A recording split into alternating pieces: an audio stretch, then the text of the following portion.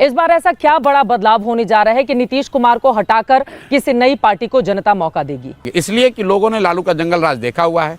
ये तो कन्विंस है कि वो जंगल राज वापस नहीं आना चाहिए। ठीक है। लेकिन जो दूसरी सरकार है एनडीए की, जो नीतीश और भाजपा की सरकार है, उससे भी लोग ये सुनते सुनते थक गए कि भाई 15 बरस से 20 बरस से तुम खाली लालू का डर दिखा के ही वोट ले रहे हो, अपना काम कब करोगे वो बात नहीं बता रहे हो। शुरुआती 5 साल लोगों ने इसलिए वोट दिया कि उनको जंगल राज नहीं चाहिए था। फिर 5 साल लोगों ने ये इसलिए वोट दिया कि कुछ उनको सड़क बिजली पानी में सुधार दिखा।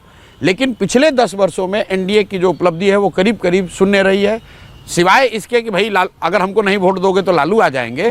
इसके अलावा कुछ भी नहीं है। जमीन पर जो स्थिति है, प्रधानमंत्री जी अपने कामकाज गिनाते हैं, कौन सा काम किया, इंजन की सरकार है, कौन सा काम किया है? देखिए काम किया है बिहार में मोदी जी और नीतीश की सरकार 20 बरस से है। 2005 में जब मोदी और नीतीश की सरकार बनी, भाजपा नीतीश की सरकार बनी, तो बिहार देश का सबसे गरीब, सबसे पिछड़ा, सबसे निरक्षर, सबसे ज़्यादा बेरोजगारी पलायन वाला राज्य था। और आज 2025 में भी देश का सबसे गरीब, पिछड़ा, निरक्षर, पलायन, बेरोजगारी वाला राज्य बिहार ही है। तो मोदी जी ने क्या सुधार कर दिया?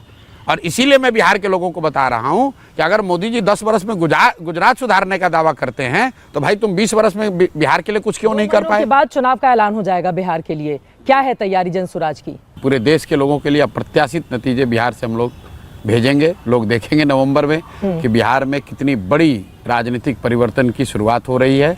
बिहार में व्यवस्था परिवर्तन को लेकर लोग साथ में आकर एक नया विकल्प, एक नया प्रयास लोगों को दिखेगा कि कैसे बिहार की इसी सो कॉल्ड जातियों में बटे हुए समाज ने, गरीब जनता ने, अनपढ़ समाज ने कैसे मिलकर देश का सबसे सशक्त लोकतांत्रिक एक्सपेरिमेंट करके यहाँ एक नई सरकार, एक नई व्यवस्था बनाई। तेजस्वी यादव का कलम बांटना ऐसा है कि कोई बूढ़ा शेर जिसका हाथ पैर टूट गया हो वो दूध बांटना शुरू कर दे जंगल में, तो आप क्या समझेंगे? दूध इसलिए बांट रहा है कि दूध के लालच में कोई आए मैं उसको खाऊंगा।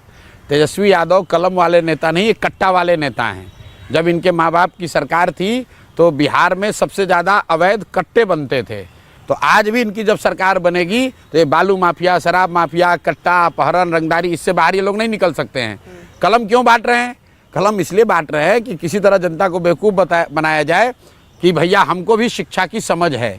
जो व्यक्ति मुख्यमंत्री का लड़का है, 9वीं पास नहीं किया है, और खुद ही नहीं, उस पूरे परिवार में देख लीजिए, इन लोगों का पढ़ाई से कोई लेना देना नहीं, इनका सरस्वती से कोई सरोकार ही नहीं है। कामकाज गिनाते हैं, कौन सा काम किया? इंजन की सरकार है, कौन सा काम किया है?